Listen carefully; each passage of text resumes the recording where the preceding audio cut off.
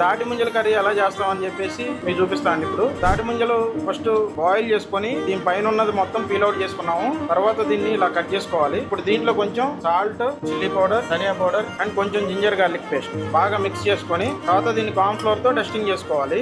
దీన్ని ఆయిల్ లో ఫ్రై చేసుకోవాలండి. ఇప్పుడు తాటి ముంజలు గోల్డెన్ బ్రౌన్ కలర్ లో ఫ్రై అయిపోయినాయండి. ప్యాన్ లో ఆయిల్ వేసుకున్నాము. తర్వాత బిర్యానీ పత్తా, లవంగ్, ఇలాచి, చెక్క వేసుకున్నాం అండి. దాంట్లో కొంచెం ఆనియన్, కొంచెం turmeric, salt, curry leaf, green chilli, onion golden brown colour లో ఫ్రై అయిన తర్వాత దీంట్లో కొంచెం జింజర్ గార్లిక్ పేస్ట్, లీఫ్ వేసుకున్నాం, వేసుకున్నాం, కొబ్బరి, గసగసాలు, కాజు కలిపి పేస్ట్ చేసుకున్నాం, ఎల్లో గ్రేవీ వేసుకుంటున్నాం, కొంచెం వాటర్ పోసుకుంటున్నాం అండి లైట్ గా. ఇప్పుడు దీంట్లో తాటి ముంజలు వేసుకుంటున్నాము.